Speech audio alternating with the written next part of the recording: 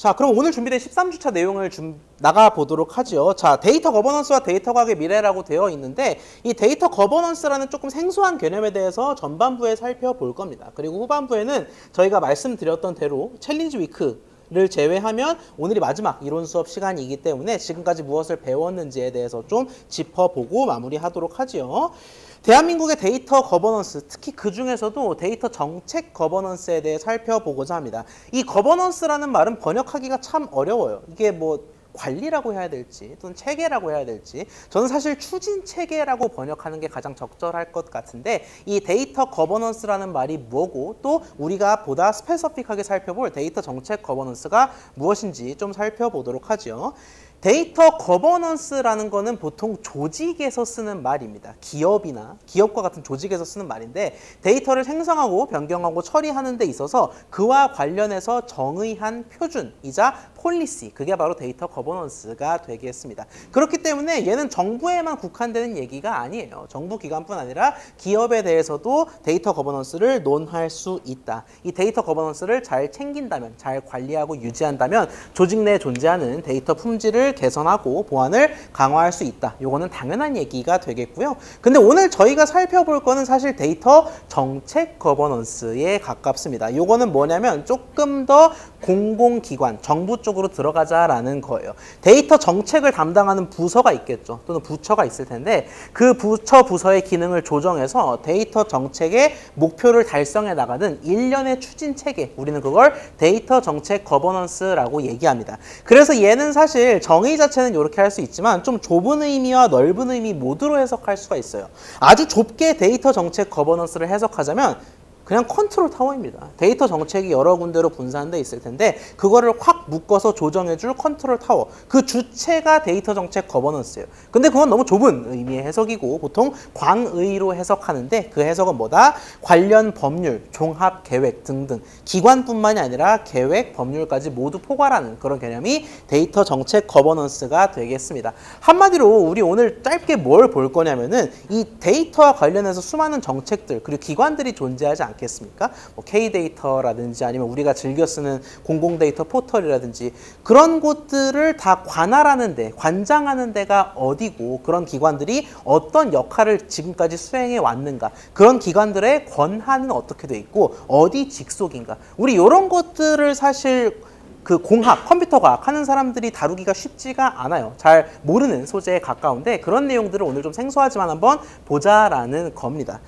자, 공공과 민간 두 가지 차원으로 나누어서 한번 생각을 해볼게요. 우리가 데이터를 아주 직관적으로 둘로 나누자면 공공 데이터, 민간 데이터 둘을 얘기할 수 있겠죠. 그러면 공공 데이터와 관련된 정책은 누가 관할하냐? 라는 첫 번째 질문과 민간 데이터 관련 정책은 누가 관할하냐? 라는 두 번째 질문으로 나누어서 답을 줄 수가 있겠습니다. 첫 번째 질문에 대한 답을 드려볼게요. 이 공공 데이터의 컨트롤 타워격이라고 할 수 있는 곳은 굳이 따지자면 두 곳을 들 수 있을 것 같은데 첫 번째로 여기예요. 자, 지금 제가 어딘지는 안 알려드렸거든요. 이게 어떤 부, 여러분 여러 가지 정부 부가 있지 않겠습니까? 환경부라든지 통일부라든지 이게 어디 부의 직제의 일부일까요?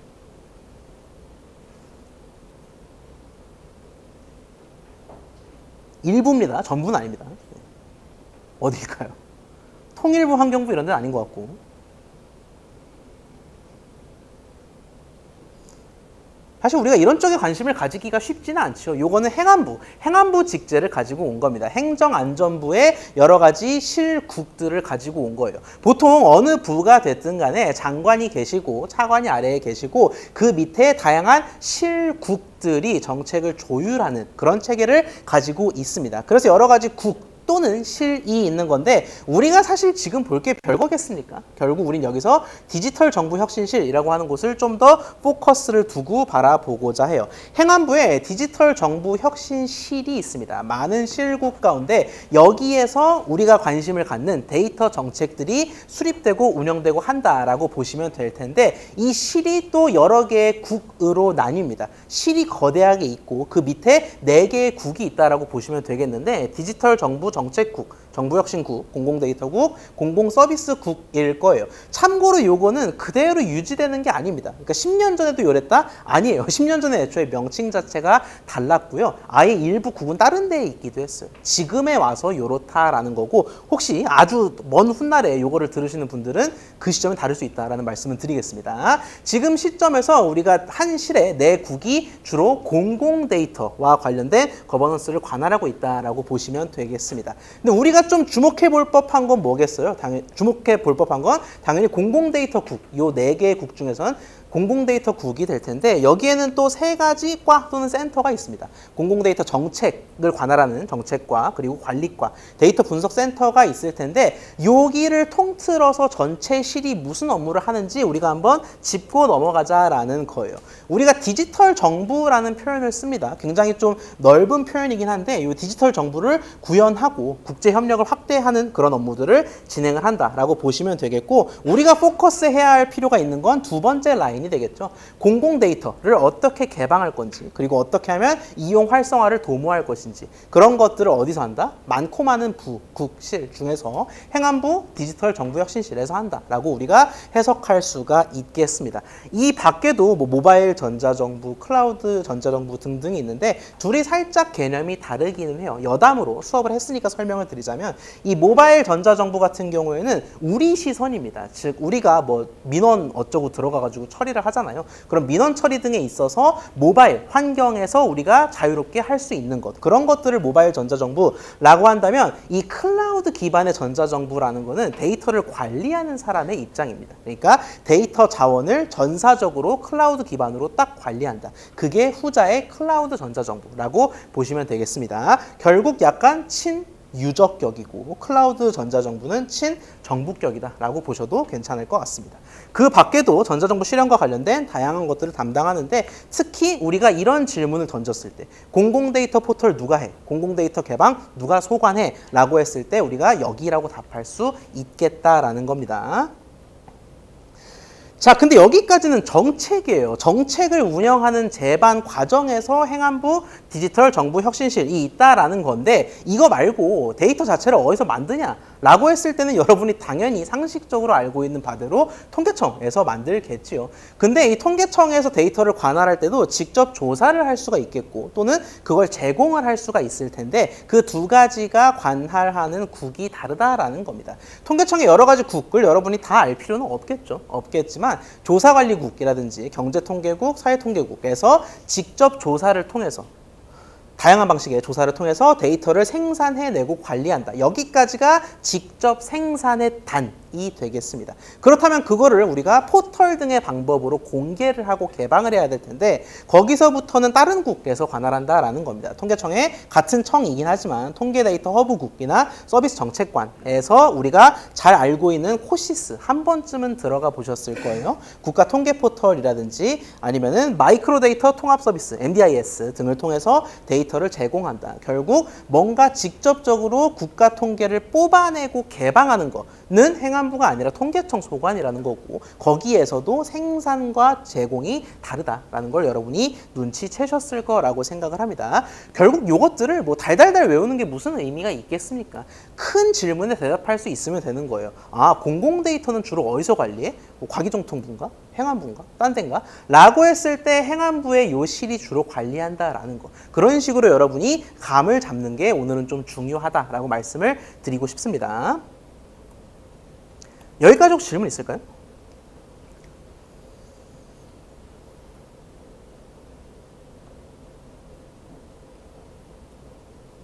자, 그러면은 제가 두 가지 질문을 드린 바 있습니다. 공공데이터가 어디서 관할하느냐에 대해서는 저희가 통계청과 행안부 두 개를 들 수가 있었어요. 그러면은 민간 데이터, 뭐 기업이 만들었다든지 아니면은 민간 영역에서의 데이터와 관련된 문제들, 뭐 데이터 중개라든지 거래라든지 그런 것들을 어디서 관할하냐라고 했을 때 얘는 좀 다르다라는 겁니다. 약간 상식적으로 받아들이실 수도 있을 것 같아요. 공공데이터니까 행정안전부에서 소관했다면은 얘는 민간 데이터와 관련된 얽혀있는 이슈들을, 아젠다를 관리하니까 과기정통부 의 산하과에서 관리한다라고 보시면 되겠습니다. 과기정통부 전체 직제를 우리가 볼 필요가 없겠죠. 거기 밑에 정보통신정책실, 역시 실체제가 있고 그 밑에 인공지능 기반 정책관 의 산하에 있는 데이터지능과, 결국 과기정통부 데이터지능과가 우리의 답이다. 민간 데이터를 누가 통솔하냐에 대한 답이 되겠습니다. 말 그대로 민간 데이터 관련 업무를 수행하고 정책을 운용하는 곳이 데이터지능과가 되겠고요.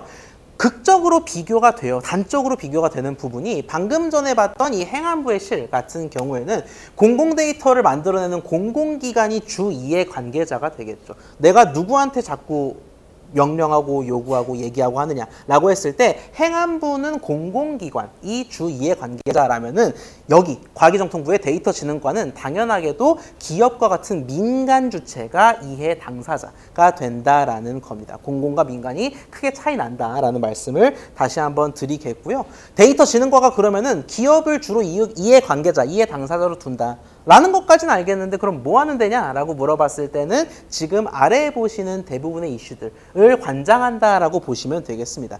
이 이슈들 잘 보시면은 뭐 해석에 따라 조금 갈릴 수는 있겠지만 대부분이 공공보다 민간의 영역에서의 데이터 이슈라는 거를 여러분이 간파할 수 있을 겁니다. 뭐 마이데이터라는 거라든지 또는 데이터 거래사, 안심구역 등등은 사실 공공 데이터를 생산하고 개방하고 관리하는 그런 사이클에 가깝기보다는 민간 영역이죠. 그래서 이런 것들이 데이터진흥과의 주요 업무다. 그래서 이건 민간이니까 과기정통부에서 소관하겠네. 이거는 공공이니까 저기서 하겠네. 등등을 여러분이 구분할 수 있다면 그러면 더욱 좋을 것 같습니다. 데이터 거래사 등 여러 가지 이슈들은 제가 이미 말씀드린 바 있었고요. 하나만 좀 언급을 해볼까요? 이 데이터 안심구역이라는 게 있는데 이거를 들어본 분들도 있을 거예요. 이 데이터 안심구역이라는 거는 우리 데이터 중에는 개방이 되어 있는 데이터가 있고 개방이 안 되어 있는 미개방 데이터가 존재할 겁니다. 근데 그 미개방 데이터를 어디에서도 액세스할 수 없느냐? 그건 아니에요. 우리가 연구라든지 프로젝트라든지 기타 등등의 이유로 미개방 데이터의 액세스를 정보를 거쳐서 액세스해야 되는 상황이 올 텐데 그럴 때 데이터 안심구역이라는 곳을 활용해서 우리가 액세스할 수 있다라는 겁니다. 요거는 실제로 물리적으로 존재해요. 여러분 지금 눈으로 보셔서 아시겠지만 실제로 존재하는 구역인 거고요. 여기에서 여러분이 미개방 데이터, 예를 들자면 뭐 보안과 직접적으로 연관된 것들이 많습니다. 에너지 발전 데이터라든지 기업의 지재권 데이터라든지 이런 것들은 우리가 그냥 데이터.go.kr에서 바로 뽑을 수는 없는데 그것들을 여기서 내려받고 분석하고 할 수 있다라는 거를 우리 수업에서 통틀어서 알려드리지 않았기 때문에 참고로 말씀을 드리도록 하겠습니다. 자, 다음으로 살펴볼 게 또 짤막하게 요거를 한번 볼게요. 우리가 행정기관위원회라는 용어가 있습니다. 요게 뭐냐면은 정말 많은 위원회들이 있죠. 정부 소관으로 뭐뭐위원회, 뭐 4차 산업혁명 위원회라든지 공공데이터 전략 위원회라든지 항상 정부 하면 뭔가 위원회로 끝나는 것들, 어떤 주체들이 많았다 이 말이죠. 자, 그런데 그걸 통틀어서 사실 우리가 행정기관위원회라고 얘기를 합니다. 그리고 그것은 두 가지 갈래로 나뉠 수가 있는데 그 갈래를 먼저 보자라는 겁니다. 스페시픽하게 이 퍼렇게 표시한 것들이 뭔 짓을 하는지를 볼 거예요. 우리가 그게 목표긴 한데 그걸 알기 위해선 요 갈래를 먼저 이해해야 된다라는 겁니다. 행정위원회라는 거는요, 말 그대로 행정기관이 하는 사무의 일부를 자기가 독립적으로 수행한다라는 겁니다. 단순히 자문을 하는 걸 넘어서 행정기관의 사무의 일부를 직접 수행한다라는 그런 의미의 행정위원회가 되겠고요. 그렇기 때문에 아주 쉽게 얘기하자면 지금 요 줄만 보더라도, 맨 첫 줄만 보더라도 어디가 파워가 세 보입니까? 슥 봤을 때 위아래 중에 어디가 파워가 세 보이죠? 위쪽이 훨씬 파워가 세 보이고 실제로 그렇습니다. 그래서 행정위원회가 더 막강한 기능을 가지고 보다 구체적으로 표현하자면 준입법적, 준사법적 기능까지도 수행할 수가 있다라는 겁니다. 힘이 많다라는 건 권리도 많다라는 걸 의미합니다. 다시 말해서 사무기구 설치가 제한적으로 가능하냐라는 질문에 대해서는 행정위원회는 힘도 많고 권리도 강하기 때문에 가능하다. 다만 자문위원회는 사무기구를 설치할 수가 없다라는 것도 들 수가 있겠습니다. 사무기구 설치가 가능하다라고 표시했는데 제도 제한적이에요. 필요에 의해서만 설치가 가능하고 마구잡이로 설치할 수는 없겠죠. 자, 행정위원회가 가지는 파워를 한 문장으로 요약하자면 요 세 번째 줄이 될 것 같습니다. 뭐라고 적혀 있냐면 위원회의 명의로 행정 권한의 직접 행사가 가능하다. 말 그대로 파워를 내가 행사할 수 있냐라는 건데 얘는 그게 가능하다라는 거예요. 그래서 규제기관의 성격을 띠는 곳들은 행정위원회의 파워를 가지는 경우가 많다. 아, 결국 위원회 이름으로 행정 권한을 직접 쓸 수 있으니까. 그래서 파워가 위가 훨씬 세다라는 거고, 반면 자문위원회는 말 그대로 이미 존재하는 기관의 의사결정을 돕는 데 그 역할이 제한되어 있습니다. 그래서 행정기관의 의사결정을 지원하는 기관이 곧 자문위원회라는 거고요. 행정권한은 당연히 직접 행사할 수 없고, 방금 말씀드렸던 대로 사무기구도 독자적으로 설치하는 거는 원칙적으로는 불가하겠습니다. 이름만으로는 구분이 안 돼요. 지금 보시면은 개인정보보호위원회, 디지털 플랫폼 정보위원회 다 위원회로 끝나기 때문에 자문인지 행정인지 분간이 안 되지요. 근데 확실하게 짚고 가도록 하겠습니다. 데이터와 관련돼서 다양한 위원회들이 존재하는데 현재까지 있는 오늘 우리가 볼 데이터 관련 위원회 중에서 파워가 있는 행정위원회는 저거밖에 없습니다. 등이라고 했는데 끝이에요, 끝. 그래서 개인정보보호위원회가 우리가 흔히 접할 수 있는 데이터 관련 행정기관 위원회 가운데 유일한 행정위원회, 즉 행정위원회의 명의로 행정권한의 직접 행사가 가능한 위원회가 개인정보보호위원회, 개인정보위가 되겠습니다. 이름만으로는 구분이 안 돼요. 근데 저거 하나니까 우리가 이제는 캐치할 수가 있겠죠. 여기까지 혹시 질문 있을까요?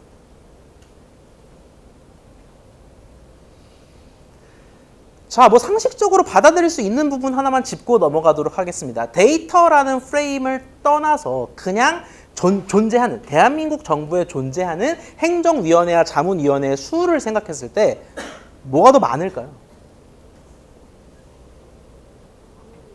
자문위원회가 지금 실제로 글자도 더 많죠. 실제로 자문위원회는 600개가 좀 넘고요. 행정위원회는 40개가 살짝 넘습니다. 아주 큰 차이죠. 그래서 행정위원회가 적지만 파급력이 세고, 데이터라는 거대한 분야에서도 개인정보위 딸랑 한 곳 존재할 정도로 굉장히 파워가 세지만 드물다, 그런 위원회라고 보시면 되겠습니다. 그러면은 파워가 센 데부터 먼저 보는 게 좀 좋을 것 같아요. 그래서 개인정보위, 개보위라고도 줄여서 얘기하는데 여기가 무슨 역할을 수행하느냐 한번 보도록 하겠습니다. 얘는 국무총리 소속입니다. 우리가 앞서서 행정위원회, 자문위원회 나누기만 했지 무슨 소속이라고는 얘기 안 했어요. 안 했는데 얘는 국무총리 소속입니다. 그래서 규제기관의 성격을 띈다라고 처음부터 나와 있는데, 규제기관의 성격을 띌 수 있는 것 자체가 뭐가 가능해서겠습니까?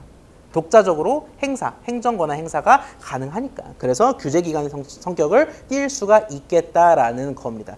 데이터 3법이라 불리는 법들이 있습니다. 뭐 신용정보법이라든지 기타 등등 개인정보보호법을 포함해서 데이터 3법이라는 것이 있는데, 그게 개정된 뒤로 장관급으로 격상이 됐어요. 우리가 기관이 장관급이다라는 거는 무슨 말이냐면은 위원회에 위원장이 있지 않겠습니까? 개인정보보호위원회에 위원장이 있을 텐데 그 위원장을 장관급 으로 둔다라고 보시면 되겠습니다. 장관급 기관으로 격상했고 소속은 국무총리 소속이다. 격상 전에는 대통령 소속이었는데 바뀐 겁니다. 원래는 사실 여기가 없었던 시절이 있지 않겠습니까? 뭐 아주 호랑이 담배 피던 그 정도는 아니고요. 예전에 개인정보보호위원회가 없었던 시절이 있을 텐데 그때는 사실 기관의 개인정보 보호 기능들이 서로 분산돼 있었어요. 행정안전부 또 부분적으로 관할하고, 방송통신위원회, 방통위도 부분적으로 관할하고, 금융위도 부분적으로, 특히 금융 관련 분야에서 부분적으로 통솔을 했었는데 걔들의 개인정보 보호 기능을 여기에다가 모았다라고 보시면 되겠습니다. 그렇게 한데 일원화한 규제기관 성격이 개인정보보호위원회, 행정위원회가 되겠습니다. 그러면은 뭐를 수행하느냐? 글쎄요. 개인적으로는 이 두 번째, 세 가지를 제가 소개해 드렸는데 이 두 번째를 저는 개인적으로 좀 강조하고 싶어요. 개인정보 보호 기본 계획을 수립한다라고 돼 있는데 사실 다양한 위원회들이 존재하고 그 위원회들이 수행하는 기능이 제각각이에요. 유명무실한 위원회도 없겠습니까? 있겠죠. 그런데 대부분의 위원회들은 이런 식으로 청사진을 내는 경우가 많습니다. 몇 년 단위로 하는 기본 계획을 내는 경우가 많은데 개인정보보호위원회의 최대 업무 중 하나가 바로 요거라는 거예요. 개인정보 보호 기본계획. 대한민국 정부의 개인정보와 관련된 청사진이라고 할 수 있는 요 계획을 3년 단위로 수립한다라는 겁니다. 지금도 이루어지고 있어요. 3년 단위로 계속 재개정이 이루어지고 있다. 그래서 요게 주요 업무 중 하나다라는 거고요. 사실 그것보다 우리가 좀 더 받아들일 수 있는, 실제로 가까이 와닿는 거는 요것들입니다. 개인정보 침해 사안에 대해서 직접 조사에 나서든지 위법행위를 기업 수준으로 감시한다든지 하는 것들을 우리가 개보위의 주요 역할이라고 얘기할 수가 있겠습니다. 또한 우리 수업과 관련 있는 거라서 제가 좀 넣었는데, 우리 가명정보에 대해서도 봤었죠. 시험에도 나왔고, 그 가명정보에는 처리 가이드라인이 있습니다. 그게 그냥 주먹구구식으로 하는 게 아니라 이런 식으로 처리하자, 이럴 때는 마스킹하는 게 좋고 어떤 기법들이 있고 하는 가이드라인이 있는데, 그걸 여기가 재개정하는 겁니다. 제정하고 개정하는 데 있어서 개인정보보호위원회가 힘을 쓴다라고 보시면 되겠습니다. 이렇게 봤을 때 어느 정도의 파워를 가지는지, 어디에 소속돼 있는지, 무슨 일을 하는지 딱 보이죠. 이게 바로 개인정보보호위원회고, 얘네들이 이런 일을 할 수 있게 되는 거는 결국 행정위라는 게 크다라는 걸 다시 한번 말씀을 좀 드리겠습니다. 파워는 적지만 수는 많은 자문위원회가 있다라고 말씀드렸습니다. 자문위원회가 이것들만 있는 건 아니에요. 실제로 600개가 넘고 데이터 관련 다른 자문위원회들도 존재하지만, 우리 거버넌스를 간략히 보는 차원에서 4가지 정도만 언급드리도록 할게요. 지금 하나만 색이 좀 회색인데 왜 이렇게 했냐면 오타가 아니고, 얘는 지금 시한이 끝났습니다. 해체한 거예요. 해체해서 회색으로 표시했다. 나머지는 지금 존속하고 돌아가고 있다라고 이해하시면 되겠습니다.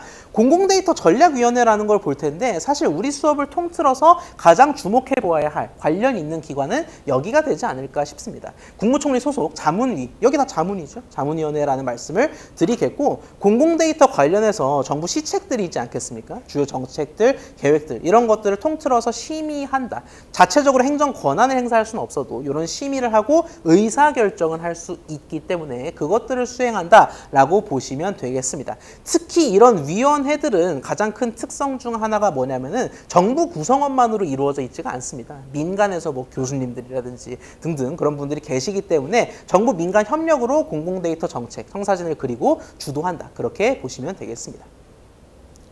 그 다음에 정보통신전략위원회는 이름을 보시면 아시겠지만 훨씬 더 좀 넓어요. 존속한 기간도 오래되고 분야가 정보통신으로 넓습니다. 공공데이터보다는 넓잖아요. 여기 역시 국무총리 소속인데 정보통신 분야 전체의 정책을 의결한다라고 보시면 되겠습니다. 원래는 이거 관련해가지고 기본 계획도 수립하고 했는데, 최근에는 위원회 개최해서 무슨 얘기를 했냐, 3D 프린팅 산업진흥 기본 계획 등 다양한 분야에서의 계획을 심의했어요. 결국 계획을 만들기도 하지만 정보통신 분야 전체의 계획을 의결하고 심의한다. 이 기관이라고 보시면 되겠습니다. 밑에 2개를 조금 묶어서 보시면 좋을 것 같아요. 하나는 청색, 하나는 회색인데, 왼쪽이 존속하고 있는 디지털 플랫폼 정부위원회가 되겠고, 오른쪽이 존속기간이 끝난 4차 산업혁명위원회가 될 텐데, 아마 우측, 언론에서 접하고 한 것들은 우측이 조금 더 익숙하지 않으실까 싶습니다. 우측 먼저 설명드리면요, 4차 산업혁명위원회가 대통령 소속, 지금까지 봤던 거랑 판이하게 다르네요. 대통령 소속 자문위원회라는 거고요. 얘는 5년 한입니다. 그래서 얘도 5년 한, 왼쪽도 5년 제한인데, 얘가 그러면 언제겠어요? 이전 정부, 지금 바로 이전 정부, 문정부가 되겠고, 여기가 윤정부에서의 디지털 플랫폼 정부위원회가 되겠습니다.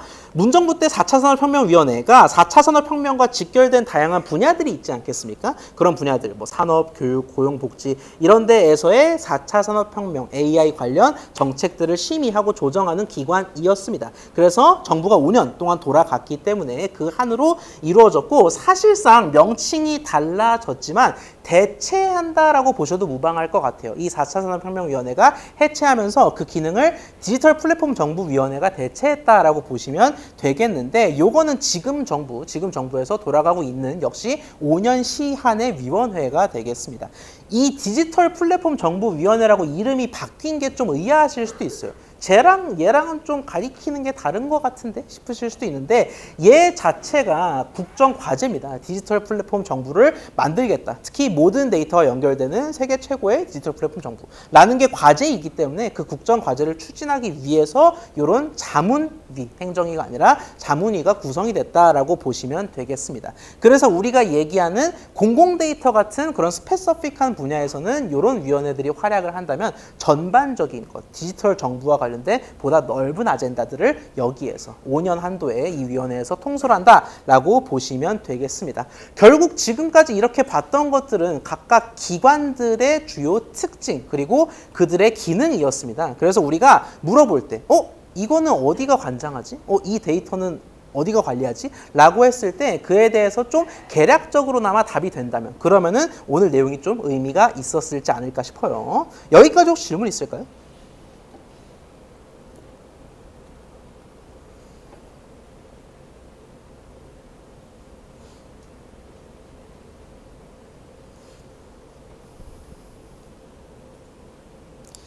자, 없다면은 저희가 전반기, 후반기 통틀어서 사실 여러 트랙에서 내용들을 살펴보았습니다. 데이터 분석이라는 큰 갈래에서 여러 가지 분석 기법들, 그 원리뿐만이 아니라 파이썬 프로그래밍까지 우리가 다루어 보았고 그거랑은 별개로 방금 전에 봤던 데이터 거버넌스와 같이 우리가 공학이나 컴퓨터 과학 하는 사람들이 접근하기 힘든 분야지만 알면 분명 쓸모있는 구석이 있는 그런 내용들에 대해서도 살펴보았습니다. 특히 지금은 데이터 분석 관련해서 여러 이론적 내용들을 좀 살펴보았는데 그 부분을 요약하고 좀 강좌를 마무리할까 해요.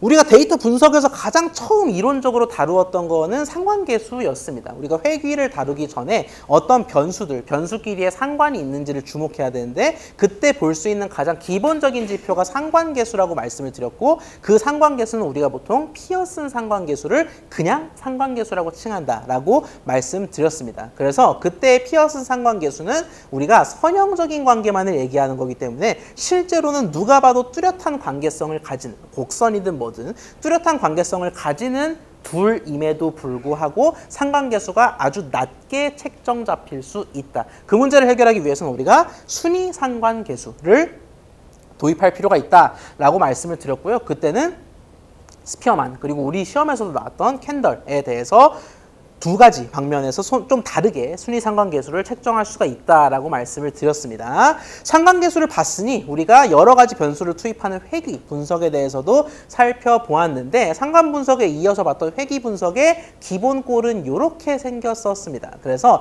회귀식이라는 게 있을 때 특히 선형 회귀식이 이런 식으로 있을 때 각각의 세타는 개수를 의미하고 x는 변수 자체를 의미했습니다. 이를테면 우리가 수능 성적을 예측한다고 했을 때 각각의 변수들은 학년별 내신 등급이라든지 모의고사 원점수가 되겠고 거기에 각각 어떤 가중치를 매기냐가 우리 몫이었다라는 거예요. 결국 식은 이미 고정입니다. 이 식은 불변이에요. 변수 개수가 바뀌지 않는 이상. 그 상태에서 내가 개수를 잘 조절하면은 황금식이 나올 텐데 그 식이 뭐냐? 를 찾는 게 선형회귀였습니다.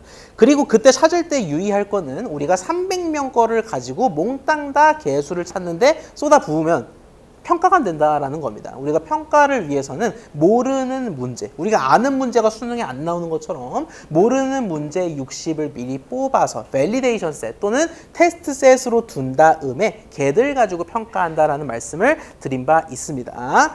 그래서 우리가 회귀를 봤으니 숫자를 찍는 거잖아요. 수능 성적이 몇 점일까라고 숫자를 찍는 건데 그 숫자를 찍는 과정에서 정확하게 찍느냐 엉망진창으로 찍느냐를 판단하는 평가하는 평가 지표에 대해서 살펴보았습니다. 요약이니까 제가 많이 가져올 수는 없었는데 R스퀘어부터 시작을 했어요. R스퀘어 그걸 변경한 수정 R스퀘어에 대해서도 살펴보았고 나아가서 RMSE 등등도 봤는데 특히 MAP가 좀 해석에 있어서는 직관성이 높다라고 말씀을 드렸습니다. 이 MAP라는 거는 실제값 대비 오차의 비율을 의미하기 때문에 몇 퍼센트 정도로 벌어져 있냐 한 3% 정도로 틀린다 이런 식으로 좀 직관적으로 지표를 해석하기 좋다라고 말씀을 드렸습니다. 다만 여기에는 없지만 유의할 점 하나가 있었는데 이런 MAP 같은 지표의 경우에는 0을 분모로 가지는 경우 곤란해진다. 그 점은 말씀을 드린 바 있습니다. 선형 회귀 자체는 사실 받아들일만 했습니다. 좀 비교적 단순한 내용이었는데 이거 시험에서도 많이들 틀리셨더라고요. 정규화에 대한 내용이 조금 까다로웠습니다. 다시 한번 짚자면은 이 정규화라는 거는 결국 과적합 문제라는 거대한 문제를 해결하기 위한 하나의 방법으로 쓰일 수 있는 거였는데 이 과적합 문제 해결에서 우리가 쓸 수 있는 방법 중 하나는 개수를 전반적으로 줄이는 거였어요. 너무 주어진 데이터에만 얽매인다라는 거는 너무 개수를 칼같이 맞춘다라는 거거든요. 그래서 개수를 좀 덜 칼같이 맞추는 그게 바로 정규화였다라는 건데 그러기 위해서는 어떤 이 세타와 관련된 모종의 식을, 노름식을 넣는다. 해서 원노름을 넣는 경우에는 라소 정규화, 투노름을 넣는 경우에는 리찌 정규화가 되었습니다.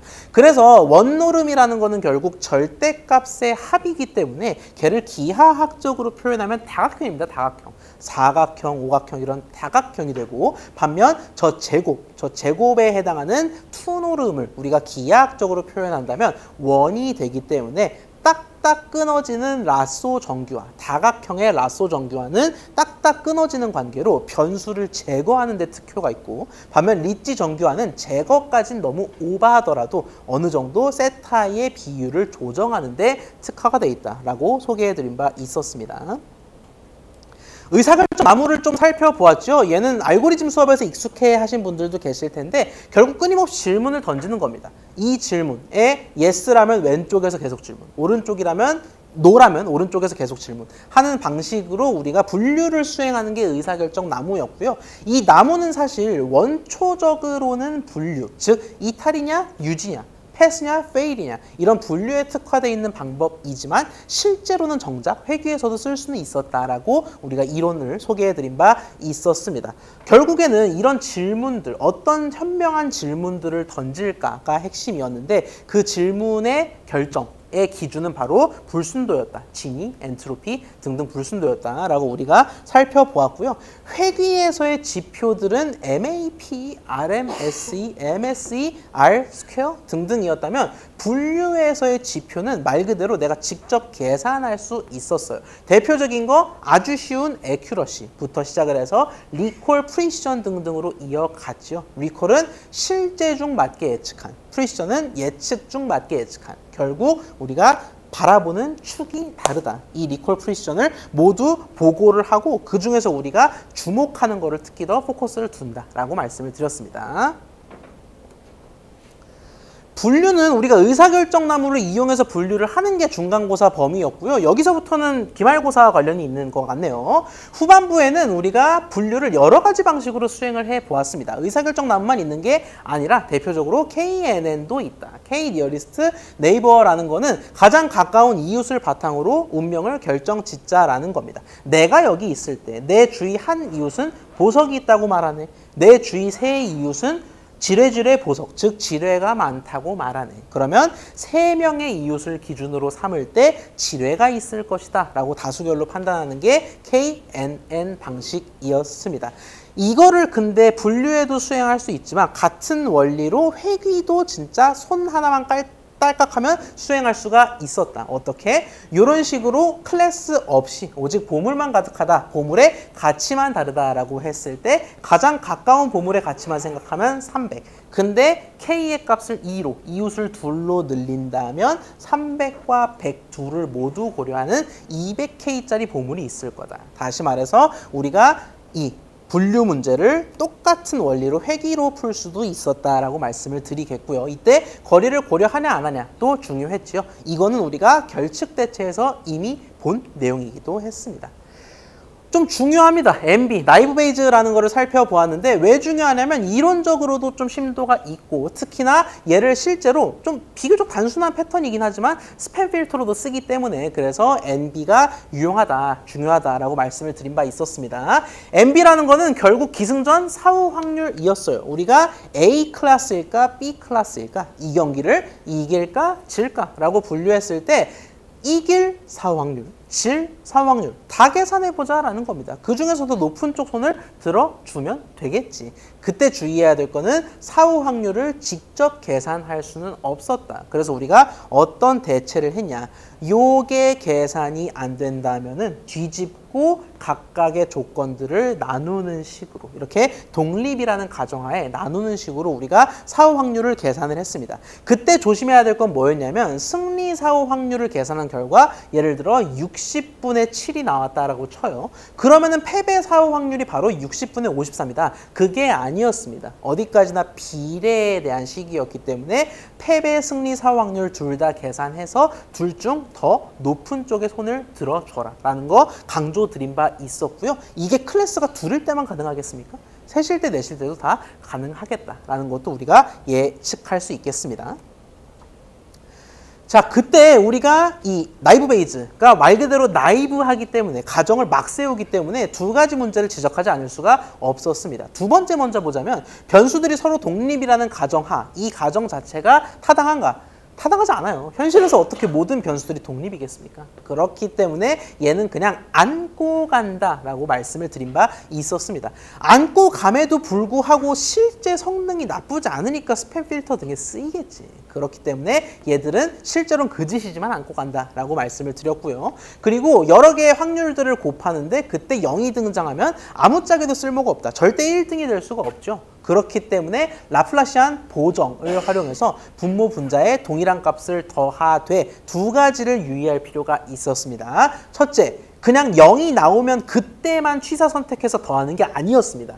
라플라시안 보정을 쓴다라고 한다면 모든 사후 확률에서의 그 부분 확률들을 다 보정해 줬어야 된다. 그게 공평하다라는 말씀을 첫 번째 주의사항으로 드렸고, 두 번째 주의사항은 이렇게 계속 더하는 과정에서 보정값을 너무 세게 주면 뭐 0.51 이러면은 몰라도 보정값을 막 3만으로 주게 되면은 원본 데이터의 파워가 너무 떨어진다. 그 점을 유의할 필요가 있었습니다.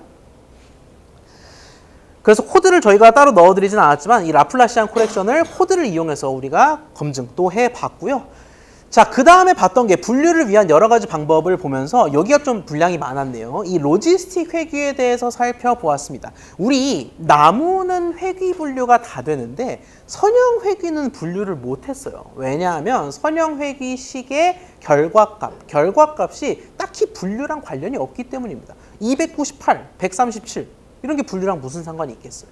근데 변신시키면 얘기가 달라진다. 즉 왼쪽의 결과 변수를 로그 오즈, 즉 로그 1-p분의 p 꼴로 바꾸게 되면은 우리가 p의 범위가 딱 마치 probability의 범위처럼 0과 1 사이로 귀결되고요. 그 말인즉슨 2분의 1 오버면 yes, 언더면 no라고 답할 수 있다. 그래서 우리가 왼쪽만, 다른 건 다 똑같고 이 왼쪽식만 이렇게 바꿔 적으면 그게 바로 로지스틱 회귀다라고 말씀을 드렸습니다. 실제 분류에서 아주 유용하게 쓰이는 방법이고 예시까지 한번 보았죠. 이렇게 회귀식을 얻은 결과 식은 똑같다니까요. 얘가 지금 선형 회귀식이랑 뭐가 다릅니까? 우변은 똑같잖아요. 그래서 우변에 대한 세타의 결과, 상수항과 계수가 이렇게 나왔을 때 각각 데이터 값들을 대입하면 뭐가 나온다? 이 로그 오즈가 나올 거고 우리는 오즈가 1마 p분의 p라는 거를 알고 있기 때문에 로그 벗기고 뒤집고 해서 p 값을 알 수 있고 그 p가 2분의 1이 오바라면은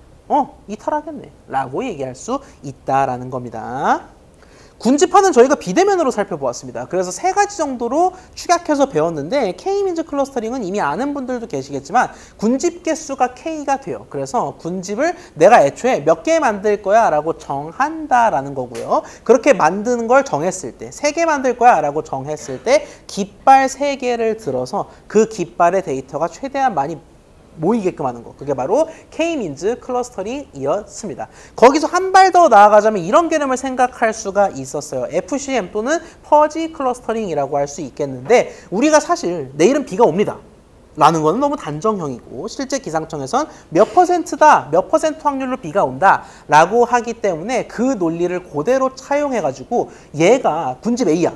라는 거는 너무 단정적이에요. 그래서 군집 A 몇 퍼, 군집 B 몇 퍼 이렇게 100%의 가중치를 나누는 식으로 하는 게 퍼지 클러스터링이었다라는 겁니다. 사실 어찌 보면 얘를 나중에 배웠지만 결과적으로 봤을 때는 퍼지 클러스터링의 특수한 사례가 요 K민즈다. 이 확률을 부여하는 퍼지 클러스터링의 극단적 특수 사례가 K민즈다라는 것도 살펴보았고요. 그 과정에서 퍼지 클러스터링의 군집의 중심을 정하는 것, 그것도 계산 한번 연습해 보았습니다. DB 스캔이 있었죠. 얘는 density based, 말 그대로 밀도 기반이라는 건데 별거는 없었습니다. 결국 원판 굴리기였다. 원판에 들어갈 최소 데이터 수를 정해주면은 셋이 모이면 우리는 좋은 친구, 셋이 안 모인다면 우리는 자격이 없다라고 해서 자격이 있는 좋은 친구들끼리만 뭉쳤을 때 그게 바로 한 군집이 되고, 특히 얘는 우리가 배웠던 다른 방법론에 비해서 최대 강점이 노이즈의 자동 분류가 가능하다. 얘들은 애초에 원판에 들어가지도 않았으니까 요 두 점은 노이즈다. DB 스캔의 N이 노이즈였죠. 그래서 노이즈를 자동 분류한다라는 최대 강점도 있었습니다. 이 DB 스캔을 조금 확장한 것, 잘 알려지지는 않았지만 HDB 스캔이라는 것도 존재했습니다. 얘는 사실 왜 등장했는지 배경을 아시는 게 좀 중요해요. 제가 수업에서도 강조를 드렸지만 이 DB 스캔이 되게 좋은 방법 같거든요. 다 잘하잖아. 원판으로 이렇게 굴리다 보면은 우리가 논의했던 부메랑 같은 데이터셋이라든지 아니면 김 같은 데이터셋이라든지 도넛 안에 도넛 같은 데이터셋이라든지 그거 잘 분류하거든요. 잘 군집화하는데 이런 상황까지는 생각을 못했다라는 겁니다. 이렇게 듬성한 군집과 이렇게 촘촘한 군집이 있을 때 얘들 촘촘한 군집이든 듬성한 군집이든 지들끼리 분류되기를 바라는데 우리의 원판은 고정돼 있다라는 거예요. 아니 그러면 원판을 너무 작게 하면 얘들한테만 잘 먹히고 얘들은 다 노이즈가 되는 거 아니야? 그렇다고 원판을 너무 키웠다가는 얘들끼리 붙어먹을 것 같아. 그래서 우리가 원판이 고정돼 있다라는 DB 스캔의 근원적 한계에서 출발한 게 계층적 DB 스캔이었다라는 거고, 요건 애초에 원판 사이즈가 고정된 게 문제이기 때문에 원판 사이즈를 사전에 설정하지 않는다라는 겁니다. 그런 특징이 있었다라는 걸 언급을 다시 한번 드릴게요. 여기서 얘기하는 하이어러키컬의 기본형을 우리가 또 살펴보았는데요. 얘의 목표는 덴드로그램을 얻는 겁니다. 결국 얘는 단일한 다이어그램, 이 덴드로그램을 바탕으로 내가 원하는 입맛에 맞게끔 군집화를 수행한다라는 거였고요. 그때 수행하는 방법은 뭐였냐면 적당히 수평에 맞게 칼질한다. 그래서 4개의 군집이 필요하다면 4도막이 나도록 칼질하고 10개의 군집이 필요하다면 10도막이 나도록 칼질한다. 결국 하나의 단일 덴드로그램에서 군집 결과를 바로바로 얻는 방법이었습니다. 자, 여기서 좀 한 발 더 나아갔어요. 그래서 실루엣이라는 거를 봤는데 이 실루엣 어널리시스라는 거는 각각의 데이터, 점이라고 할 수 있겠죠. 점을 많이 얘기했으니까 각각의 점들에 대해서 실루엣 개수를 계산할 수가 있다라는 겁니다. 우리 계산 과정도 실제로 한번 살펴보았죠. 이 각각을 계산할 수가 있는데 그 값이 클수록 우리 군집에 잘 어울린다라는 겁니다. 다 다른 거예요. 모든 점들의 실루엣 개수가 다 조금씩 다른데 그거를 쫙 줄 세웠을 때 저런 그래프가 나온다라는 거예요. 그래프를 해석하는 것도 상당히 중요했습니다. 단일 점만 기준으로 봤을 때는 값이 좋은 게 좋은 거죠. 1에 가까운 완전 큰 값일수록 좋은 건데 얘를 쫙 늘려서 보자면은 4번 군집이라 하더라도 당당한 주황색 군집이라 하더라도 누구는 실루엣 값이 끝내주게 좋을 거고 누구는 좀 아쉬울 겁니다. 우리가 적절한 비율일지 모르겠지만 우리 수업에서 예를 들어 A 등급을 받는 최종적으로 A 등급을 받는 분들의 그룹이 있다라고 할게요. 거기서도 진짜 100점에 가까운 분들이 계실 수도 있겠지만 간신히 A를 획득하신 그런 분들도 계시지 않겠습니까? 그런 것처럼 우리가 실루엣 개수가 아주 높아서 4그룹에 간 친구, 4그룹이긴 하지만 실루엣 개수가 낮은 친구가 있을 텐데 걔를 정직하게 내림차순으로 샤락하면은 이런 그래프가 나온다라는 겁니다. 그 말은 뭐가 되겠어요? 뭔가 좀 이 아랫부분, 요 모자란 부분이 곧 실루엣 개수가 최고치에 도달하지 못한 부분이니까 흰색이 적을수록 그게 좀 좋은 군집이 아닐까라고 생각할 수 있었고, 많이들 오해하시지만 실루엣 개수는 그 산식의 특성상, 산술식의 특성상 음일 수도 있다. 아주 희귀하게도 음일 수도 있다 라고 말씀을 드렸습니다. 실루엣 개수의 계산까지도 한번 살펴보았고요. 그 다음에 볼 게 사실 되게 원초적인 질문이었어요. 군집화는 언제든 해볼 수 있어요. 이게 사실 연산량에 있어서 되게 세다고 보기는 어렵거든요. 어떤 군집화 방법론이 됐든 간에 개 중에서도 빠른 놈, 느린 놈이 있기는 하지만 아주 세다고 보기는 어려워서 뭐 군집화를 언제든 한번 내가 원한다면 데이터셋에 대해서 때려볼 수는 있어요. 근데 애초에 때려보는 것 자체가 합당하냐는 다른 차원의 문제거든요. 그렇기 때문에 애초에 군집화하기 적절한 데이터셋인지, 그냥 얘는 군집화할 필요가 없이 그냥 적절히 떨어져 있는 데이터 아니야? 그러면 군집화할 필요가 없다라는 거거든요. 그래서 군집화를 하기에 타당하고 적절한지를 판단하는 게 바로 홉킨스 통계량, 홉킨스 스태티스틱이었습니다. 걔를 구하는 방법 역시 우리가 살펴본 바 있었습니다. 여기까지 혹시 질문 있을까요?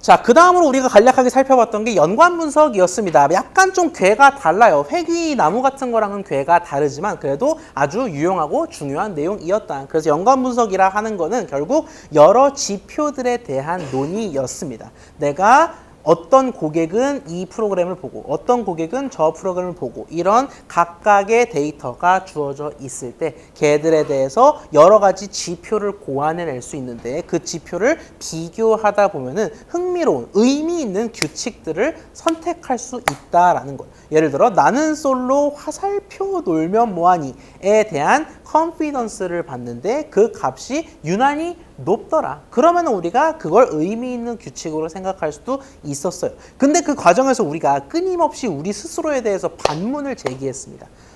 컨피던스가 높은 건 분명 좋아. 낮은 것보단 좋겠죠. 근데 높다고 해서 그걸 무조건 유의미한 걸로 스크리닝 할 수 있을까? 아닙니다. 이게 높다고 해서 반드시 의미 있는 건 아니고 대표적인 예시가 뭐였어요? 애초에 A 화살표 B라고 했을 때 B가 너무 흔한 사건이기 때문에 컨피던스 자체가 뻥튀기 되는 그런 걸 막기 위해서 리프트를 생각하고 리프트가 아쉬우면 다른 지표를 생각하고 결국 그 지표들의 연속이 연관 분석이었어요. 그뿐 아니라 우리가 시퀀스에 대한 얘기도 해보았습니다. 이런 연관 분석, 뭐 지지도, 신뢰도, 향상도를 필두로 하는 이런 연관 분석의 경우에는 최대 문제가 시점이 단일하다라는 거예요. 그냥 얘를 한 시점에 스냅샷한 거, 그걸 가지고 분석을 수행하는 건데 사실 우리는 시간에 대한 얘기를 하고 싶다. 예를 들어 A라는 사람이 1시점에서 1, 2 사건을 봤고 그 다음 시점, 분명히 그보다 이후인, 포스트인 2번 시점에서 2, 3, 4를 겪었고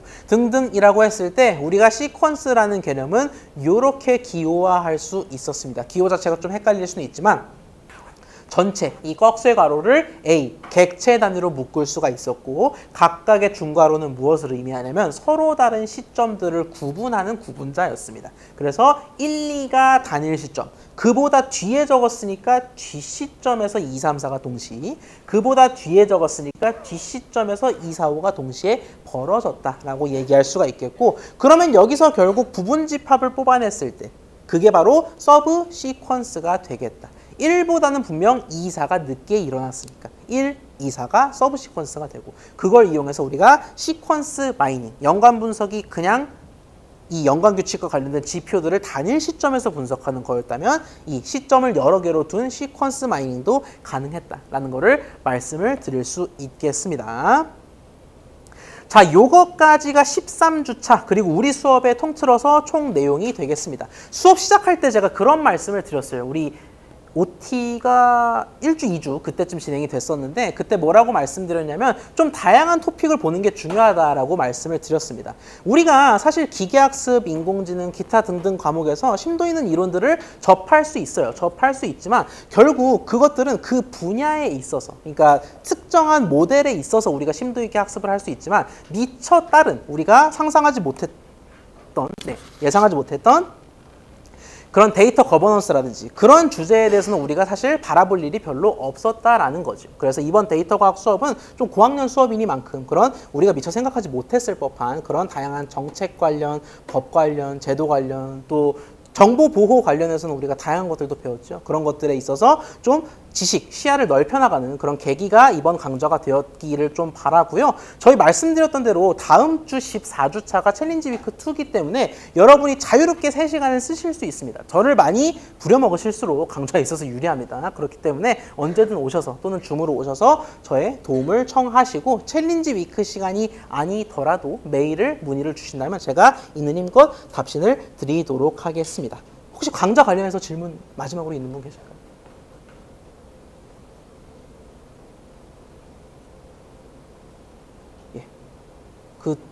저희 수업보다 종강을 일찍 한 수업이 있나요?